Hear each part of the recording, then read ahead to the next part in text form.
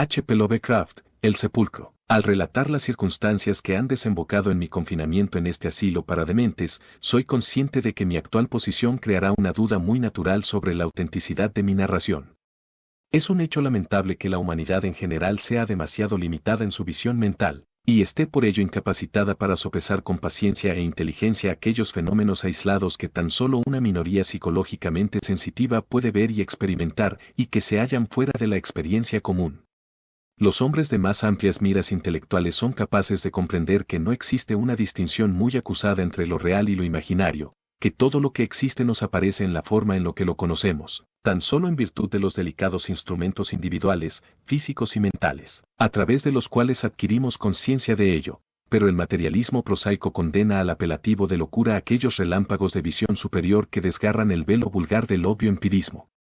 Mi nombre es Jervis Dudley, y mi condición ha sido, desde la infancia primera, la de un soñador y un visionario.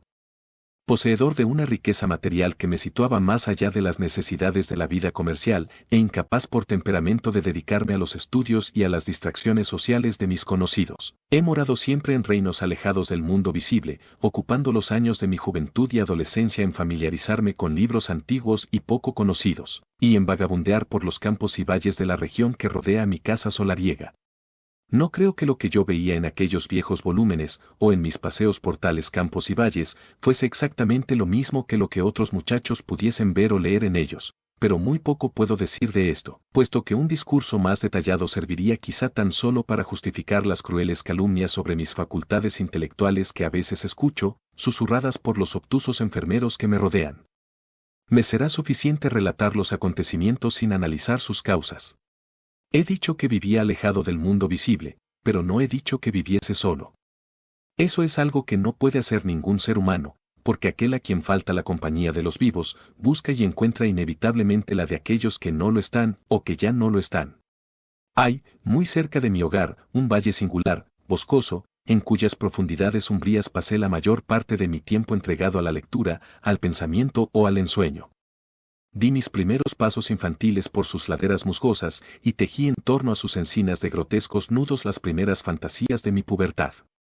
Llegué a establecer buenas relaciones con las dríadas que cuidaban de aquellos árboles y a menudo contemplé sus danzas salvajes bajo los rayos de una luna que luchaba por no desvanecerse, pero no es este el momento para hablar de tales cosas.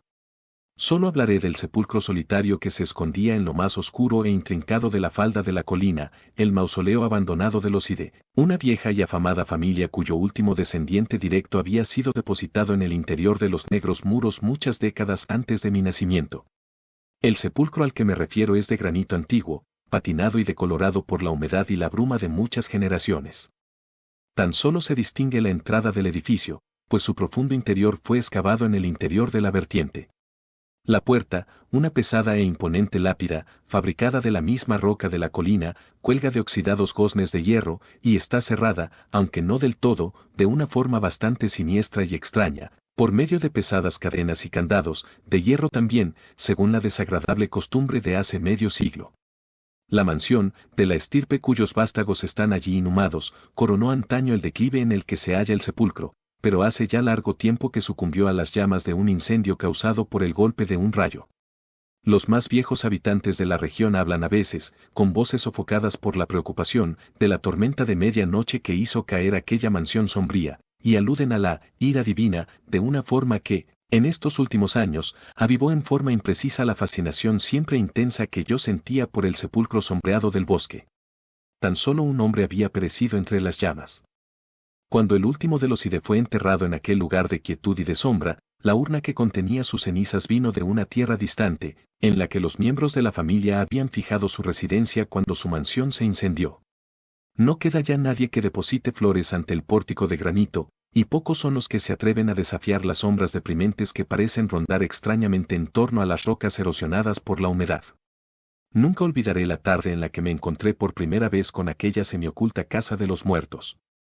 Era hacia la mitad del verano, cuando la alquimia de la naturaleza transmuta el paisaje silvestre en una masa de vivo verde, casi homogénea, cuando los sentidos están por completo intoxicados por los agitados mares de húmeda verdura y los olores sutiles, indefinibles, del suelo fecundo y de la vegetación. En un entorno tal, el espíritu pierde su perspectiva, el tiempo y el espacio se vuelven triviales e irreales, y los ecos de un olvidado pasado prehistórico llaman insistentemente a las puertas de la conciencia transida.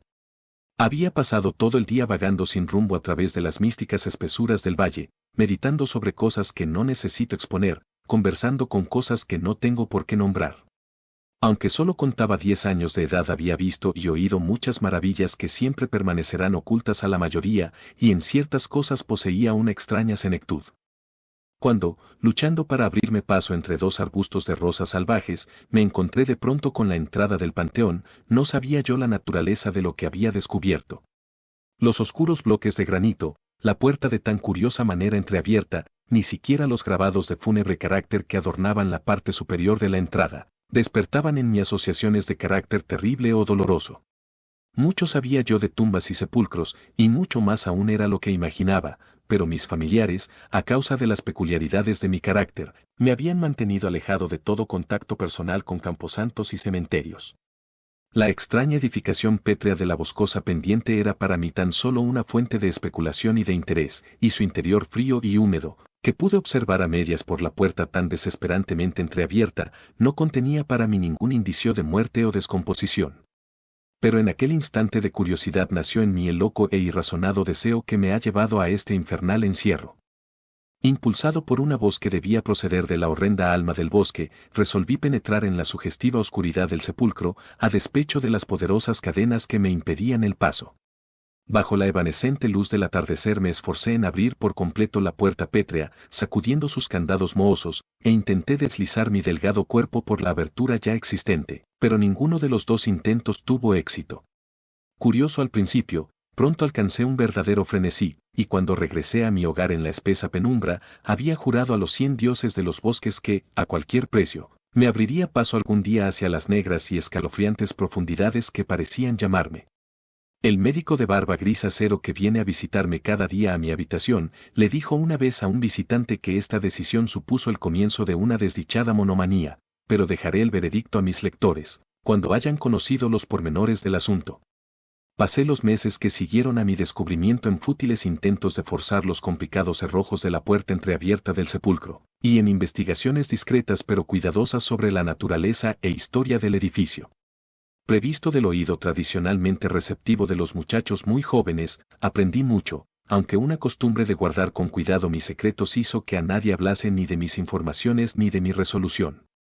Merece quizá la pena mencionar que no me causó el menor terror ni asombro el conocer la naturaleza del sepulcro.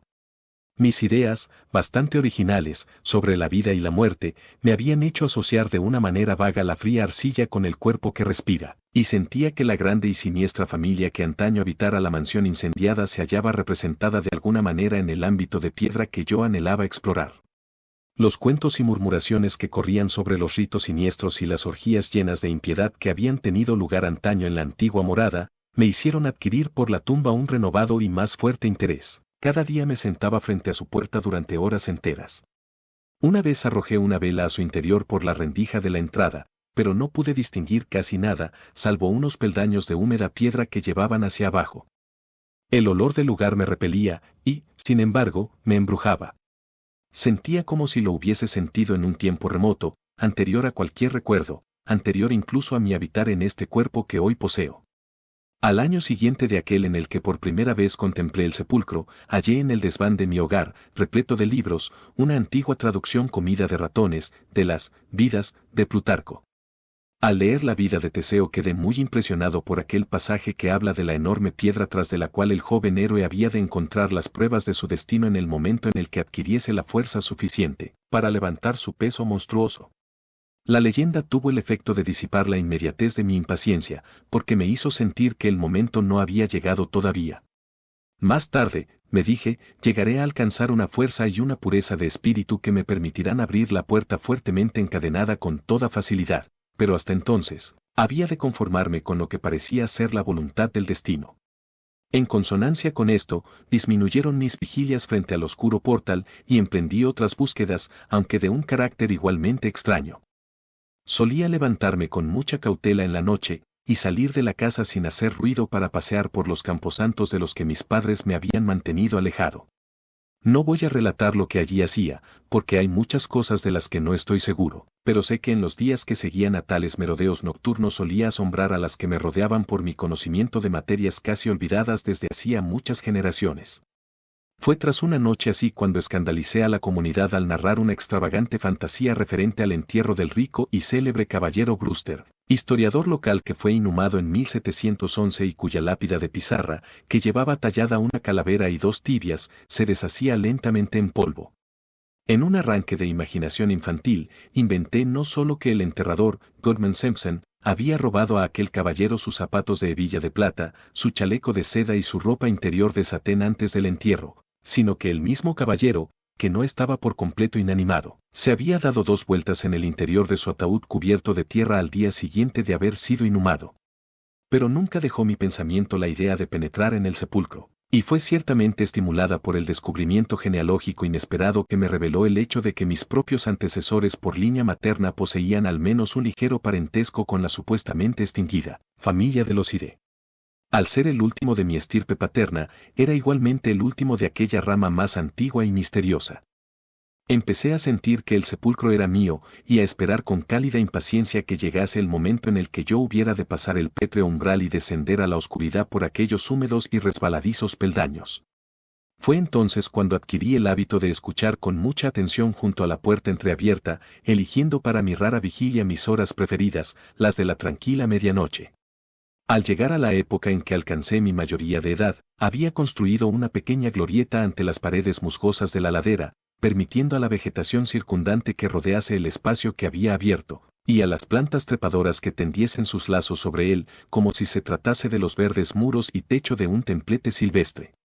Si aquel era mi templo, la encadenada puerta era el santuario, y ahí me tumbaba yo, sobre el suelo musgoso, soñando extraños sueños y meditando extraños pensamientos. Cuando tuve la primera revelación era una noche de bochorno. La fatiga me debió llevar al sopor, porque cuando escuché las voces sentí claramente que me había despertado. Dudo de hablar de aquellos tonos y acentos, no diré nada de su calidad, pero puedo decir que presentaban ciertas desusadas diferencias en vocabulario, pronunciación y forma de ser empleadas. Todos los matices del dialecto de Nueva Inglaterra, desde las rudas sílabas de los colonos puritanos hasta la retórica precisa de hace 50 años, parecían representados en aquel coloquio de sombras, aunque de aquel hecho solo me apercibí después. Por supuesto, en el momento en que se estaba produciendo, mi atención estaba distraída de tal materia lingüística por otro fenómeno, un fenómeno tan impreciso que no podría jurar que fuese real. Imaginé simplemente que, en el momento de mi despertar, una luz había sido apagada a toda prisa en el interior del semienterrado sepulcro. No creo que yo quedase asombrado ni tampoco que fuese presa del pánico, pero sé que aquella noche sufrí un cambio grande y permanente. A mi vuelta a casa, me dirigí directamente a un baúl semipodrido que había en el desván y en su interior encontré la llave que me permitió, al día siguiente, abrir con facilidad la barrera que durante tanto tiempo había intentado forzar en vano. La primera vez que penetré en el mausoleo de la vertiente abandonada, lo hice al suave brillo del anochecer. Me sentía como hechizado, y mi corazón saltaba en mi pecho presa de una excitación muy difícil de describir. Cuando cerré tras de mí la puerta y descendí los peldaños goteantes a la luz de mi vela solitaria, me pareció reconocer el camino, y aunque el agobiante y viciado ambiente del lugar amenazaba con apagar la llama de mi vela, me sentí singularmente a gusto en aquella fétida atmósfera de osario. Al mirar a mi alrededor, contemplé muchas lápidas de mármol sobre las que yacían ataúdes o restos de ataúdes. Algunos de ellos estaban sellados e intactos, pero otros casi habían desaparecido, dejando solo las placas y asas de plata entre ciertos curiosos montones de polvo blanquecino. Sobre una placa leí el nombre de Sir Geoffrey Hyde, que había venido de Sussex en 1640 y murió aquí algunos años después. En una alcoba oculta había un ataúd maravillosamente bien conservado y vacío, adornado con un simple nombre que despertó en mí un escalofrío y una sonrisa. Un impulso extravagante me hizo subir sobre la ancha lápida, extinguir mi vela y yacer en el interior de la caja vacante. Cuando llegó el amanecer con su luz gris salí tambaleándome del sepulcro, que volvía a cerrar tras de mí con su cadena. Ya no era yo un hombre joven, aunque solo 21 inviernos habían dejado sentir sus fríos rigores en mi cuerpo. Los campesinos madrugadores que observaron mi vuelta a casa me miraron con extrañeza y se asombraron de los signos patentes de libertinaje que vieron en alguien reputado de llevar una existencia sobria y respetable. No me presenté ante mis padres hasta después de haber gozado de un sueño largo y refrescante. Desde aquella noche en adelante, volví diariamente al sepulcro, veía, escuchaba y hacía cosas que no debo recordar jamás. Mi manera de hablar, siempre susceptible a las influencias del entorno, fue el primer elemento que sucumbió al cambio, y mi arcaísmo de dicción súbitamente adquirido llamó pronto la atención. Más tarde, una extraña audacia y arrojo se hizo patente en mi comportamiento, hasta que llegué a poseer, inconsciente de ello, el porte de un hombre de mundo, a despecho de la reclusión voluntaria en la que había transcurrido mi vida entera. Mi lengua, que habitualmente guardaba silencio, se volvió aguda y suelta, y adquirí la fácil gracia de un Chesterfield y el impío cinismo de un Rochester. Hacía gala de una peculiar erudición, distinta en lo absoluto al fantástico saber monacal que había alimentado mi imaginación juvenil, y cubría las márgenes de mis libros con fáciles epigramas improvisados que sugerían el estilo de Gay, Prior y la brillantez de los rasgos de ingenio y rimas de los augustales.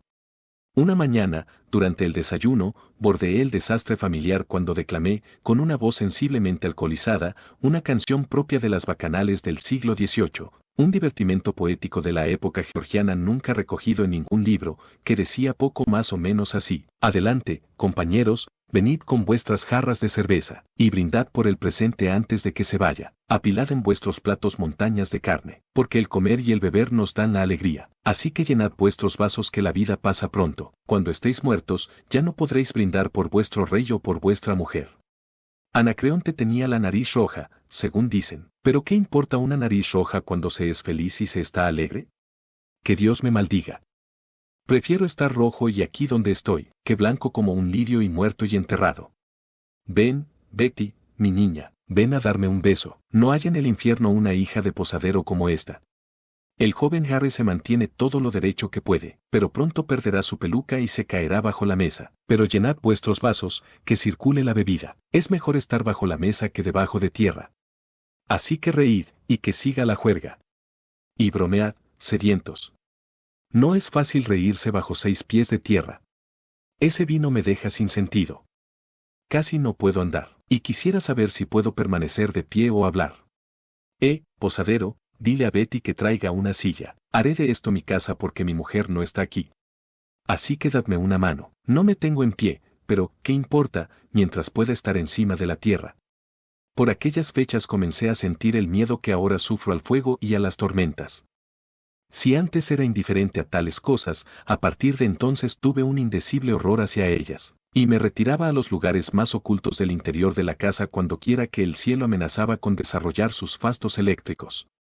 Uno de mis lugares favoritos en las horas del día era la bodega en ruinas de la mansión incendiada, y solía imaginar en mi fantasía cómo podía haber sido la construcción en su forma primitiva. En cierta ocasión dejé asombrado a un aldeano llevándole, sin vacilación, a una bodega inferior situada bajo tierra que yo parecía conocer a despecho de que nunca nadie la había visto y había sido olvidada desde hacía muchas generaciones. Por último llegó lo que tanto había yo temido. Mis padres, alarmados por el aspecto y carácter alterados de su único hijo, comenzaron a ejercer un suave espionaje sobre mis movimientos que amenazaba con acabar en una catástrofe. A nadie había hablado de mis visitas al sepulcro, ya que había guardado mi propósito en secreto con un celo religioso desde la infancia, pero entonces me vi obligado a tomar las mayores precauciones al deambular por el laberinto del valle boscoso, de manera que despistase a cualquier posible seguidor. Llevaba mi llave del sepulcro suspendida al cuello con un cordel, y yo era el único en conocer su existencia.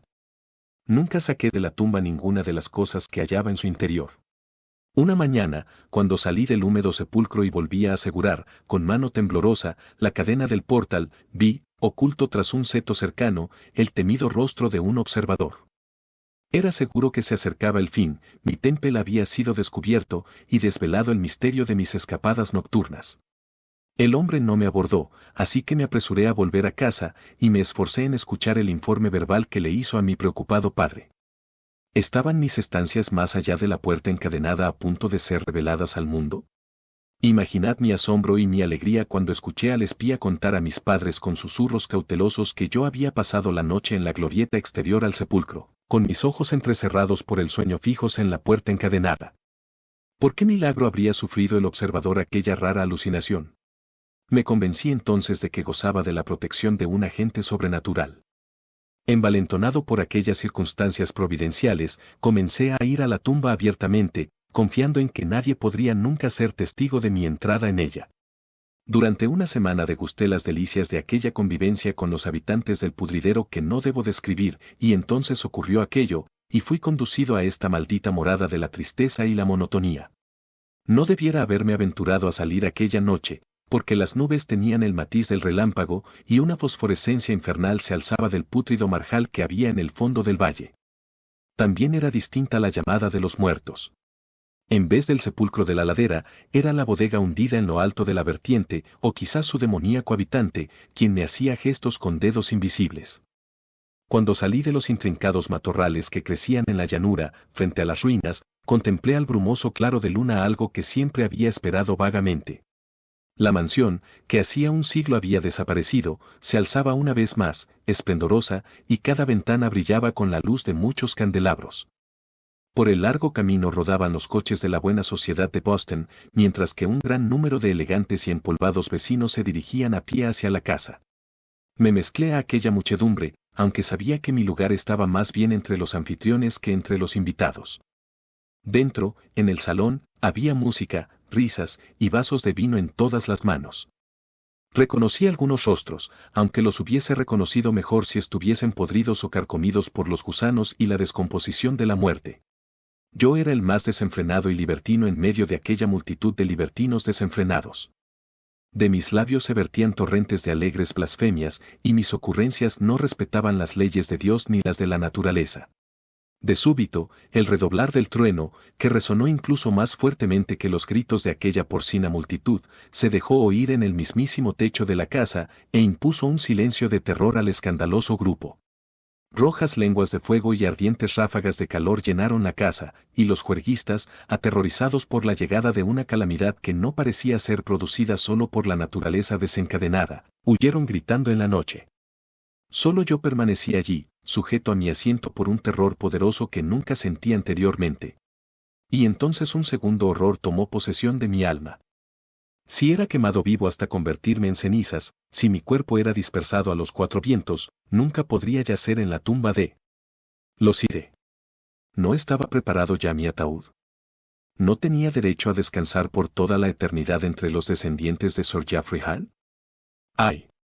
Reclamaría mi herencia legítima de muerte, aunque mi alma tuviese que buscar a través de los siglos otra residencia corpórea, que la representase en aquel lugar vacío que había en la alcoba del sepulcro. Jordas Hyde no compartiría jamás la triste suerte de Palinurus.